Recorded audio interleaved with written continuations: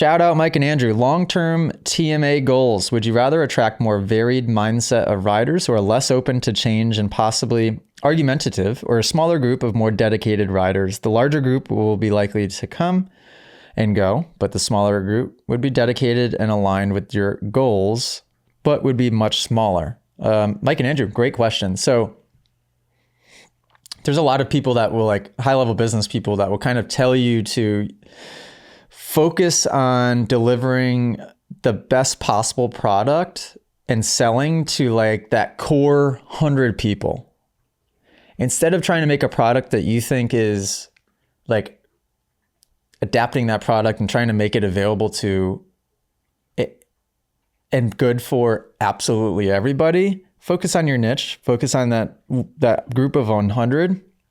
And yes, it might be a smaller group, but it's such a dedicated group that they will stay forever. And in building the community that we're trying to build, that's the whole goal. So it might start out feeling like a niche thing, but as it grows, it's going to feel less niche and more people are going to hop on the bandwagon and hop on the community. And yeah, I think that's the goal, right? At first, it was me talking about the feet on the pegs.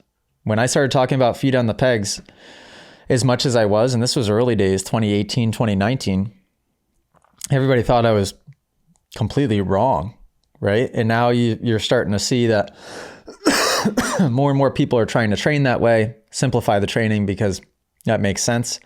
Yeah, I think that in our videos, we definitely try to get views, which requires sort of casting a wide net. But even in the views, the stuff that usually gets views is the thing that like is argumentative, is like an opinion that I might have that select few agree with. And then everybody else is kind of like, no, that's wrong. I think this.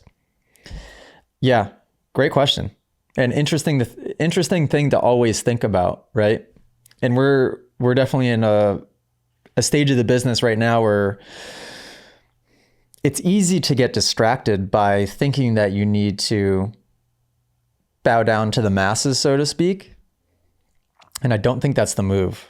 I really don't. I think we've done well so far with focusing on creating a product that appeals to like our niche and just growing that niche.